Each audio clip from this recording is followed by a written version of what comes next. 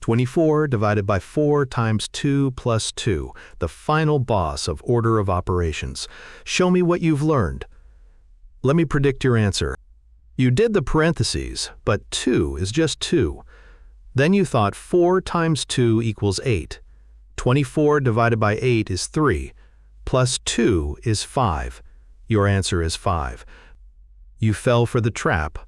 That 4 next to the parentheses isn't bonded to it. It's just multiplication, and multiplication has the same priority as division. So we go left to right. 24 divided by 4 first, that's 6. 6 times 2 equals 12. 12 plus 2 equals 14. The answer is 14, not 5, 14. This is the same trick over and over. Implicit multiplication doesn't have higher priority. The number next to the parentheses is just regular multiplication, same level as division.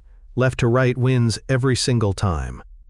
If you've been watching this series, you should have caught this one. If you didn't, we need more practice. Smash that like button, subscribe, and come back tomorrow.